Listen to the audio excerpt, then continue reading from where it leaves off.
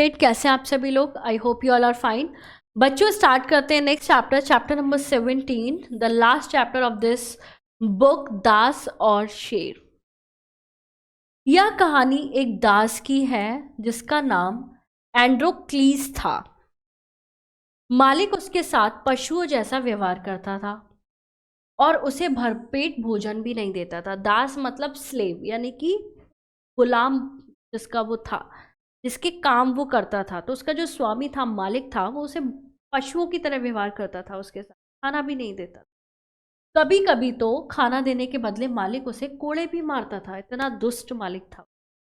एक दिन मौका पाकर एंडोक्लीस मालिक के घर से भाग गया। भागते भागते वह एक जंगल में पहुंच गया और पहाड़ की एक कोख में जाके छुप गया, यानी कि पहाड़ की एक गुफा जो होती है उसमें जाके वो छुप गया। भागने के कारण वह बहुत थक गया था, इसी कारण लेटते ही उसे नींद आने लगी। अचानक एक तेज आवाज सुनकर वह जग गया। उसने देखा एक खूंखार शेर थोड़ी ही दूर पर जोर जोर से दौड़ा। अब यानी कि वही बात हुई कि वहां से निकले और वहां अटक गए। वहां से बेचारा भागा, गुफा में छुपा, और वहां थोड़ी दूर पर शेर खड़ा हुआ। इतना भयंकर दृश्य देखकर उसके तो होश ही उड़ गए और मारे घबराहट के वह कांपने लगा। कोई भी कांपेगा। शेर पहाड़ की कोख के मुंह पर खड़ा था, इसलिए एंडोक्लीस वहां से भाग भी नहीं सकता था। तो वो वहीं गेट पर खड़ा था, तो कहाँ भागता वो। लाचार होकर वह शेर के आक्रमण की प्रतीक्षा करने लगा। वो वेट कर रहा था, अब शेर आए मुझे खा ले, अब क्या कर सकता है। लेकिन शेर ने एंड्रोक्लीस को देखकर भी उस पर हमला नहीं किया। शेर ने नहीं किया हमला। वह तो पहाड़ की कोख के बाहर ही बैठकर कराहने लगा और अपने दाएं पंजे को उठा उठाकर चाटने लगा।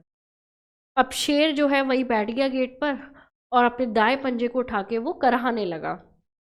कुछ देर तो एंड्रोक्लीस शेर को देखता रहा, परंतु थोड़ी देर बाद उसे एहसास हुआ कि शेर उस पर हमला नहीं करना चाहता, बल्कि उसकी मदद पाना चाहता, कि शेर को प्रॉब्लम है। एंड्रोक्लीस साहस करके शेर के पास पहुंचा। उसने देखा शेर अपने दायां पंजा उठा रहा है। एंड्रोक्लीस ने देखा उसमें एक बड़ा सा कांटा चुभा है, जिसके कारण पंजे से खून बह रहा था, यानी कि उसके कांटा लग गया था। उसने शेर के पंजे से कांटा खींचकर बाहर निकाल दिया। इसके बाद उसने शेर के पंजे को सहलाना शुरू।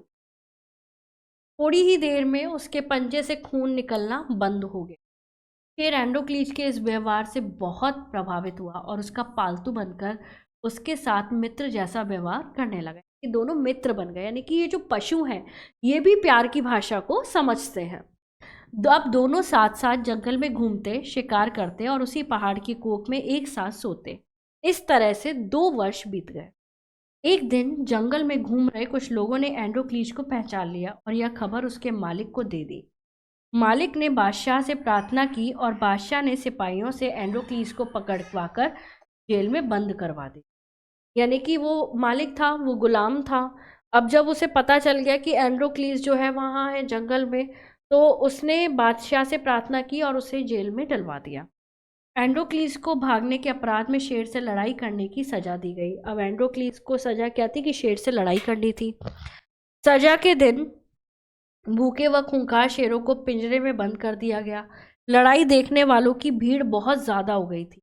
थोड़ी देर में एंड्रोक्लीस को भी उस भूखे शेर के सामने डाल दिया गया। अब उन दोनों में लड़ाई होनी थी। एंड्रोक्लीस को जैसे ही शेर के सामने डाला गया, वह एंड्रोक्लीस की ओर झपटा। अपने सामने शेर के रूप में साक्षात मृत्यु को देखकर एंड्रोक्लीस ने आंखें बंद कर ली।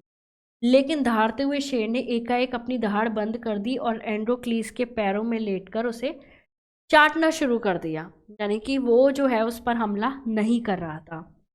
एंड्रोक्लीस ने अपनी आंखें खोली और आंखें खोलते ही वो पहचान गया कि यह तो वही शेर है जिसके साथ उसने जंगल में 2 वर्ष बिताए हैं। उसने शेर के सिर पर प्यार से हाथ फेरा तो शेर की आंखों से आंसू निकलने लगे। आसपास बैठे सभी लोग यह दृश्य देखकर हैरान रह गए। बादशाह भी शेर और मनुष्य की ऐसी मित्रता देखकर बहुत प्रभावित हुआ। बादशाह ने एंड्रोक्लीस को अपने पास बुलाकर उसकी और शेर की मित्रता के बारे में। एंड्रोक्लीस की कहानी सुनकर बादशाह बहुत खुश हुआ और उसने शेर के साथ उसे भी हमेशा के लिए स्वतंत्र कर दिया, गुलामी। तो बच्चों, ये थी पोएम, ये थी स्टोरी, और आई होप आपको एंजॉय किया होगा इस स्टोरी को और जाना होगा कि किस तरीके से जो जानवर हैं वो भी प्यार की भाषा को समझते हैं। तो थैंक यू सो मच।